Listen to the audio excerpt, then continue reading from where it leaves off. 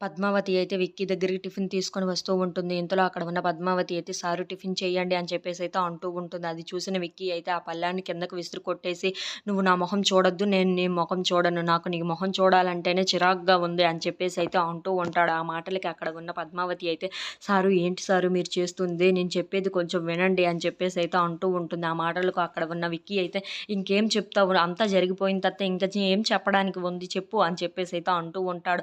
ఆ మాటలకు అక్కడ ఉన్న పద్మావతి అయితే, "సారు నాకు ఆ మురళి వీడియో కాల్ చేశాడు.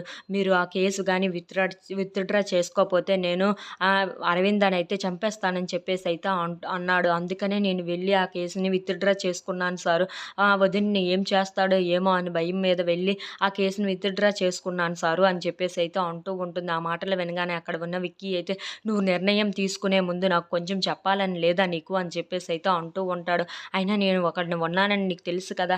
నువ్వు నిర్ణయం తీసుకునే ముందు నాకు కొంచెం చెప్తే నేను ఏదో ఒకటి చేసి ఉండేవాడిని కదా" అని చెప్పేసైతే అంటూ ఉంటాడు. ఆ మాటలకి అక్కడ ఉన్న పద్మావతి అయితే చాలా బాధపడుతూ అక్కడ నించొని ఉండిపోతుంది. ఇంతలో అక్కడ ఉన్న విక్కీ మాత్రం, "మనిద్దరం విభిన్న ధృవాలము. మనిద్దరం ఎప్పటికీ కలవలేము. నీ దారి వేరు, నా దారి వేరు. ఇక నుంచి నీ బ్రతుకు వేరు, నా బ్రతుకు వేరు" అని చెప్పేసైతే అక్కడి నుండి వెళ్ళిపోతూ ఉంటాడు. అది చూసిన పద్మావతి అయితే చాలా బాధపడుతూ ఉంటుంది. ఇవి నాకెందుకు ఇలా జరిగింది? ఎప్పుడు నాకే ఎందుకు ఇలా జరుగుతుంది అని చెప్పేసైతే అనుకుంటూ ఉంటుంది. ఇంతలో అక్కడ ఉన్న విక్కీ అయితే అక్కడి నుండి వెళ్ళిపోవడం చూసిన పద్మావతి చాలా బాధపడుతూ ఉంటుంది. If you like this video please like, share and subscribe friends.